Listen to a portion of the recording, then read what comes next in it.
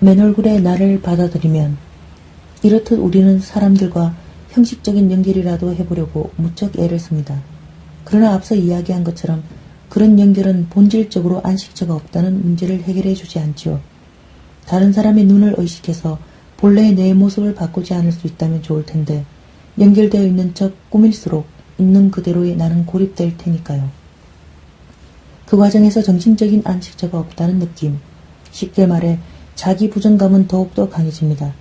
삶이 괴롭다고 느끼는 사람도 많을 겁니다. 생각해보면 편안히 마음을 내려놓을 공간이 없다는 인식은 다른 사람들과 연결되었다고 느낄 수 없을 때에만 생겨나는 것이 아닙니다.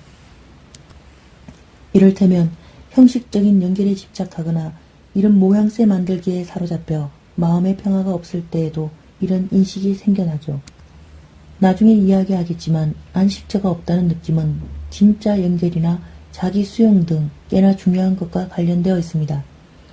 인간으로서의 자기 존엄과도 관련되어 있는 것입니다. 심리 상담의 목표라고 할 수 있는 자기 수용이야말로 있는 그대로의 자신을 느끼는 방법입니다. 나는 이렇게 그릇이 작은 인간이 아니야. 나는 누구에게나 친절한 사람이고 저 사람을 나쁘다고 생각하지 않아. 이런 생각을 덧칠해서 있는 그대로의 자신을 감추는 경우가 자주 있습니다. 마치 화장으로 자신을 꾸미지 않으면 인간으로 받아들여질 수 없을 것처럼 여기는 거지요. 하지만 화장기 밑에는 맨 얼굴이 있습니다. 자기 수용이란 다른 말로 하면 맨 얼굴에 내 마음을 인정하는 겁니다. 이 모습이 지금의 나야. 개선하고 싶은 것은 있지만 결국 지금 이 모습이 바로 진짜 나야.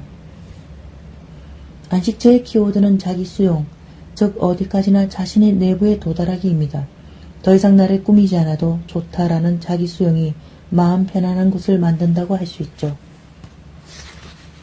이 책을 읽고 진정한 의미의 안식처를 알게 된다면 어떤 일이 벌어질까 상상해 봅시다. 누군가 내게 심한 말을 하는 경우를 한번 가정해 보죠. 어째서 너 따위가 여기에 있는 거야. 누군가 이런 폭언을 뱉으며 나를 소외시키려고 해도 냉정하게 대응할 수 있습니다. 물론 깜짝 놀라서 충격을 받을 수 있으니 마음을 다잡는 시간이 조금 필요할 겁니다. 하지만 그런 공격적인 말을 들어도 충격이 지나가게 두면 결국 그렇게 말하는 상대방이 문제라고 생각할 수 있습니다. 자기 수용은 마음을 편안하게 하는 열쇠다. 이대로 해 놔도 괜찮아. 앞서 이야기했지만 안식처는 자기 수용과 깊게 연관되어 있습니다. 더 정확히 말하면 마음 편안한 곳이 없다고 느끼는 상황은 곧 자기 수용에 문제가 있어서라고 말할 수 있습니다. 자기 수용이 없다면 어디에 있거나 어떤 상황에서도 안식처가 없다는 문제로 쉽사리 연결됩니다. 나는 여기에 어울리지 않아. 저 사람이랑 비교하면 나는 부족해. 왜 나는 이 자리에 환영받지 못하는 것일까? 이런 생각에 짓눌리면 있는 그대로의 자신으로는 마음 편안함을 느낄 수 없기 때문에 외모를 가꾸고 말투를 다듬고 마치 편안한 것처럼 꾸밉니다. 그래도 내면 깊숙이에 숨겨둔 공허한 느낌은 사라지지 않습니다. 내 마음 편한 데가 없어. 나한테는 뭔가 부족해. 이와 같은 생각에서 헤어나올 수 없게 되죠. 거꾸로 아무리 생각해도 상대방에게 문제가 있다고 여길 수밖에 없는 경우라면 어떨까요? 세상이 나를 따돌리기 때문에 마음 편히 머물 곳이 없다는 생각이 들 때 이대로 해놔도 괜찮아 하는 자기 수용이 가능할까요? 결코 그렇지 않습니다. 나한테 틀림없이 문제가 있는 거야 라는 인식이 내 마음속 어딘가에 깃들어 있을 겁니다. 본래 누군가를 따돌리는 사람은 최소한의 사회적 예의가 부족한 겁니다. 상스럽고 미숙하며 속이 좁다고 할 수 있습니다. 그런데 마음을 좁게 먹는 상대방이 문제이지 내가 일으키는 문제가 아닙니다. 그러나 건강한 자기 수용이 살아있지 않다면 이처럼 올바르게 느낄 수 없습니다. 한마디로 말해서 안식처가 없다는 인식은 자기 수용의 문제이고 해결책이 있다면 있는 그대로의 자신을 받아들이는 것뿐입니다.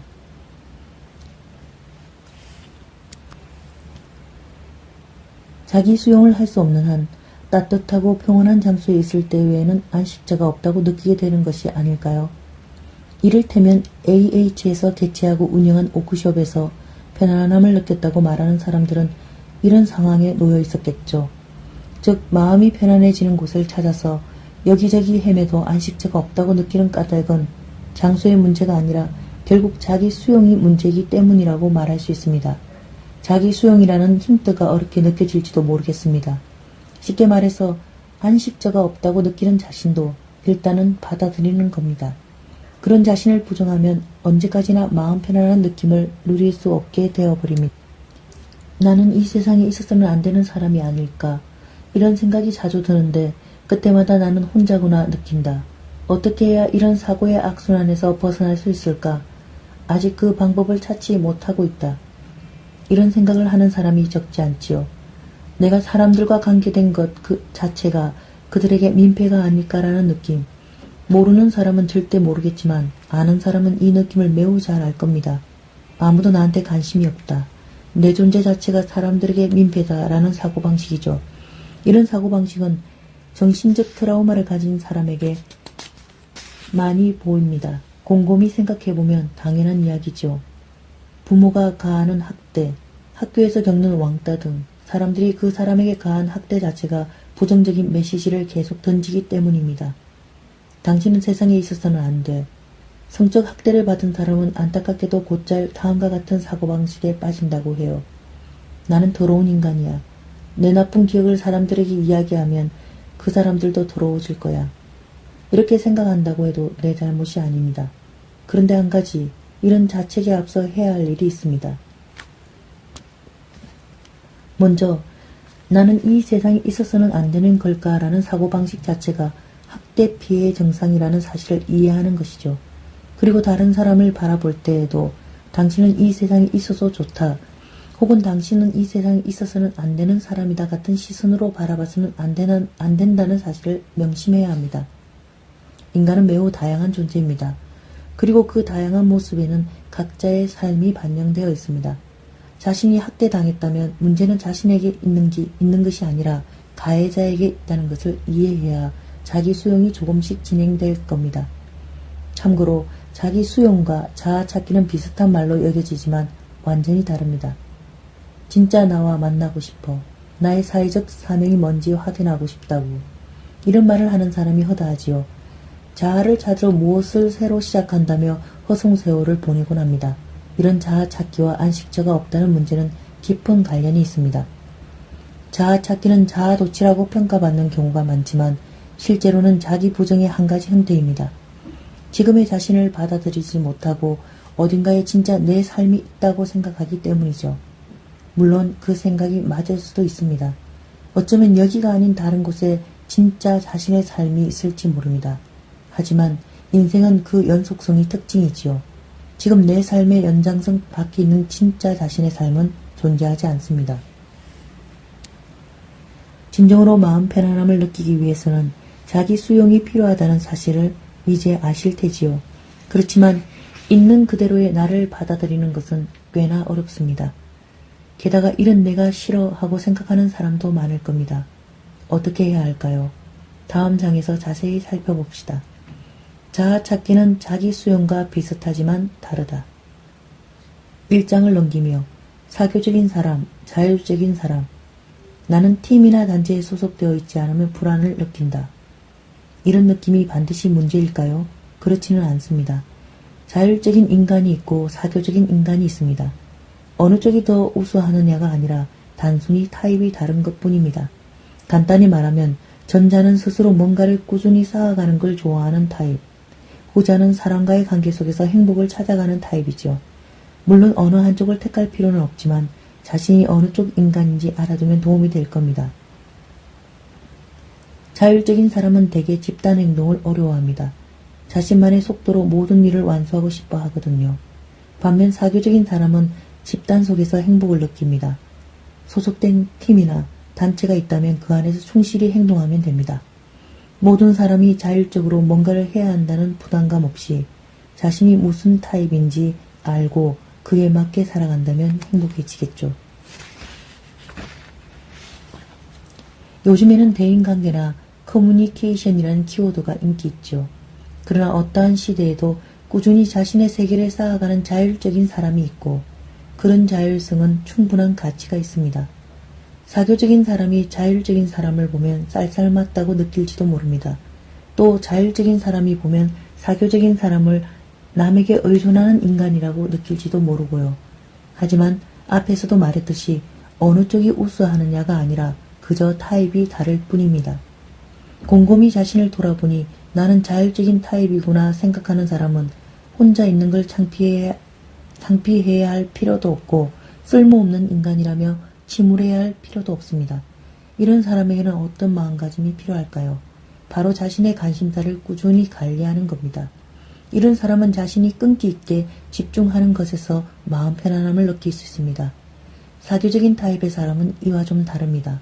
자신을 받아들여주는 사람이나 단체를 찾아보세요. 잘 맞는 사람들과 교류하는 곳이 바로 안식처가 될 것입니다. 여러 가지 인간 타입이 있다는 사실을 알아둔다면 마음 편안한 곳이 없다는 부정적인 사고방식에 빠지지 않고 살아갈 수 있지 않을까요?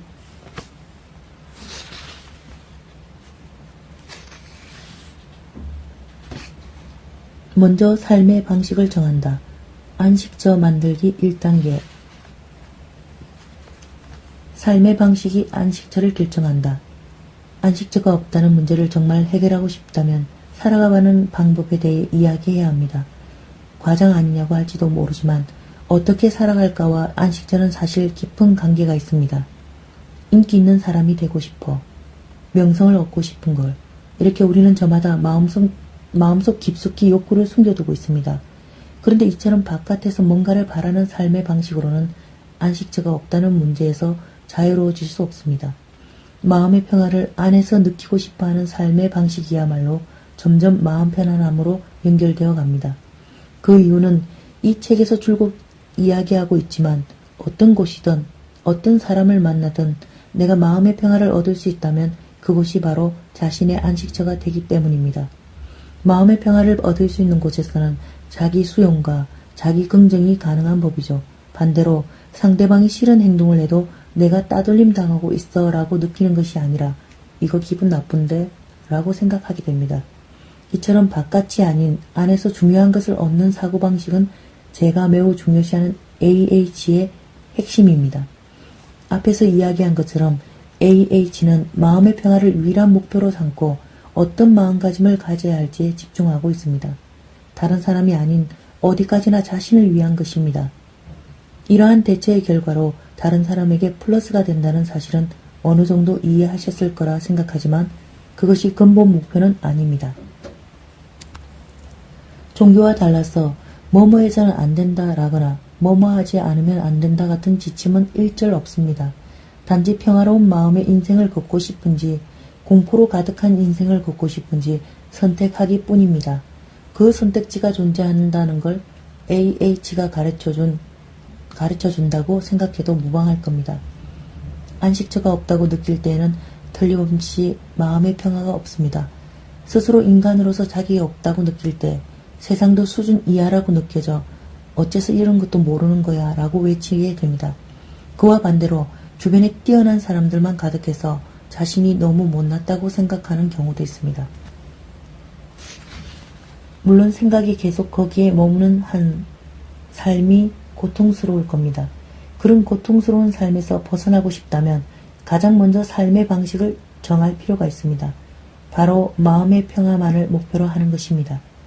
물론 이것은 부자가 되어서는 안 된다거나 능력을 높이기 위해 노력해서는 안 된다는 식의 이야기는 아닙니다.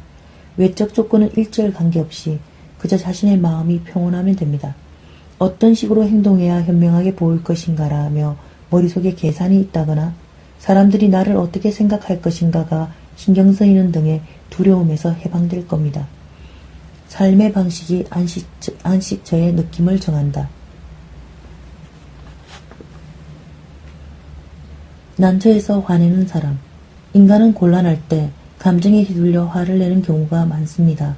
감정적으로 화를 내는 사람은 다시 말해 난처해하는 사람이라고 해도 될 겁니다. 스스로를 돌아봐도 이 사실을 알 수 있습니다. 어째서 이렇게 된 거야? 이런 생각이 들 때를 한번 떠올려 보세요. 아마 곤란해서 어쩔 줄 모르다가 화를 내버렸구나 깨닫게 될 겁니다. 이런 마음의 메커니즘을 알기만 해도 충격이 줄어듭니다.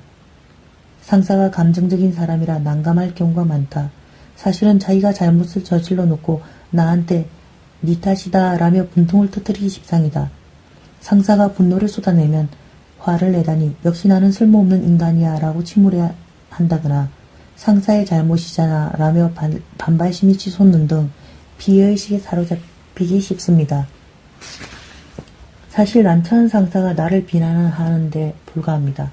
물론 상사가 무서운 기세로 화를 냈다면 당연히 그 자리에서 사라지고 싶다고 생각할 겁니다.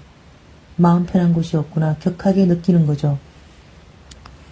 하지만 어차피 상사가 비난하는 것뿐이라고 생각하면 죄송합니다 라고 사과하며 그 자리를 원만하게 지나갈 수도 있습니다. 물론 속에서 내 잘못이잖아 라고 말하고 싶은 마음이 끓어오르고 있을 테죠. 충분히 이해합니다. 하지만 저는 이 죄송합니다를 사죄의 의미가 아닌 위로라고 받아들입니다. 나는 나쁜 짓을 한 적이 없지만 상대방이 난처한 상황에 빠져 비명을 지르는 것만은 자명한 사실이니까요. 상사가 나에게 화를 낸 것이 아니라 그저 난처해야 하는 것이다라고 관점을 전환하기만 해도 마음의 평화가 찾아옵니다.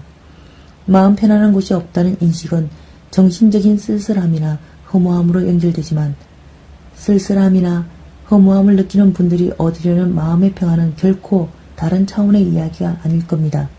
마음이 평온할 때 우리는 안식처의 부재를 느끼지 못하기 때문입니다. 있는 그대로의 자신이 여기에 있어 좋다고 생각하는 것입니다. 굳이 재미없는 곳에 있어야 한다고 느낄 필요가 없는 겁니다. 굳이 없어도 되는 자리라면 시간이 아까우니 당장 그 자리를 뜨는 거죠. 마음의 평화를 중심으로 생각하면 행동도 자유로워집니다. 물론 안식처를 느끼면서 말입니다. 그러면 어떻게 마음의 평화를 얻을 수 있는지를 바탕으로 안식처가 없는 문제를 해소하는 방법을 살펴볼까요? 내 안의 평화에만 주목하면 안식처를 손쉽게 얻을 수 있다.